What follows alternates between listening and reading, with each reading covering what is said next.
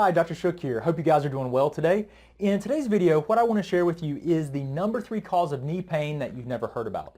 So if you haven't seen cause number 1 and 2, then you need to check the other live streams. You can find them on our Facebook page at Hickory Spinal Decompression, and you can learn a lot more about other causes of knee pain. But what we're going to talk about today is the number 3 cause that you've never heard about.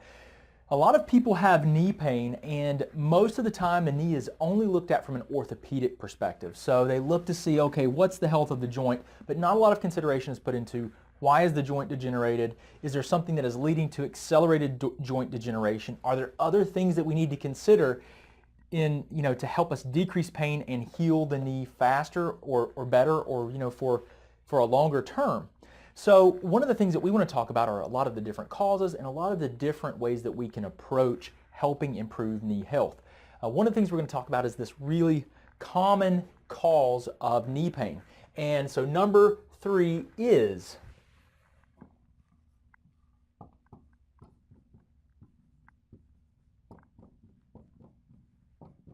inflammatory conditions. Inflammatory conditions. Now, inflammatory, it doesn't mean there are a lot of different types of inflammatory conditions that can cause problems for your knees and for your body in general. For example, rheumatoid arthritis, which is an inflammatory autoimmune disease where the immune system will actually attack the joint. Now, I want to tell you, if you have rheumatoid arthritis, I've worked with a lot of people that have rheumatoid arthritis to determine and help them figure out what's driving the autoimmune process. And we've had great success. We actually have one of our patients has a video testimonial on our website that you can check out. And he goes through, and we worked with him to dampen his autoimmune process and improve it, and he's made great strides. Fantastic guy. And so if you do suffer with an arthritic condition like rheumatoid arthritis, then this is something that we may be able to help you with. We would really take and make a huge emphasis on our approach on looking at what's driving the autoimmune process a little bit more than we would this musculoskeletal addressing therapeutic approaches like a physical type of therapy. We would focus more on the metabolic component if you had rheumatoid. Other things could be something like gout. It usually affects like the feet, the ankles, but if you have high uric acid levels, you can have these deposits throughout the body, and it could cause some pain. Other things are just generalized systemic inflammation. Now, systemic inflammation we can measure in the blood, and we can get an idea of what's happening, but the higher the inflammatory levels in your body, the more sensitive that your nerves are going to be, because the inflammation brings them closer to a point of firing and stimulating and triggering the pain signal. So we want to know, is there inflammation? Do you have a high level of inflammation? If you do, it's something that we absolutely have to look at and consider.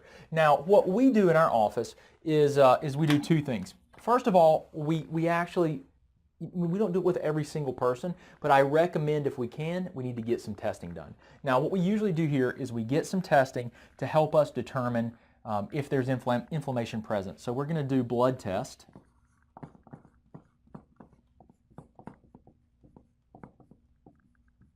Blood testing, that's going to be for inflammation. We're looking at inflammatory levels. We can do all kinds of different degrees of inflammatory testing, but this is definitely one of the things that we can do pretty simply to give us an idea of the general inflammatory load in your body. Now, the second thing that we can do is we can actually, based on the results, or if we just know there's a high level of inflammation, or if we just move forward with the assumption that we need to improve and optimize your body's ability to heal and lower inflammatory load, then what we're going to do is we're going to use a dietary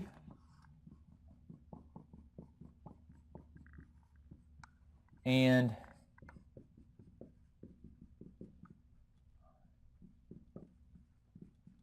a dietary and nutritional approach. So nutritional could mean like supplements, and then it could also mean, so dietary could be specialized diets. So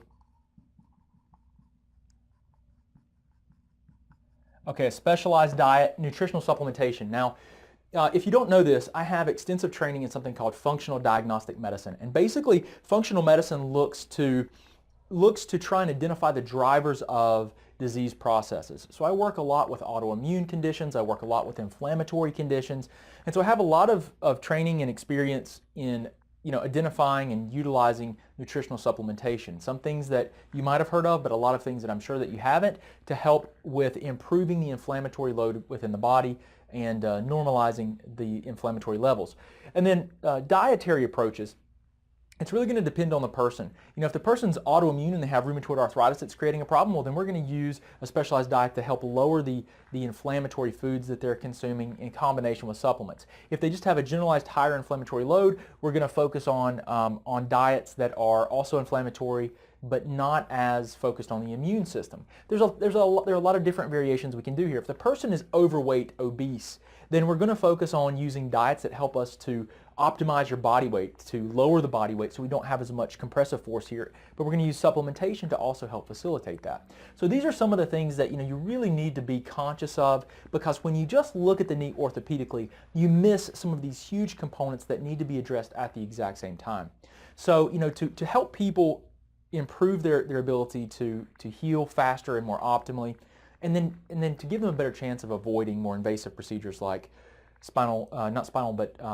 cortisone injections, Synvisc. Some people have contacted us that were considering stem cells injected into their knee. Guess what? If you have a lot of inflammatory processes and problems, stem cells it's going to be a lot more difficult for you to get the benefit that you want from the stem cells.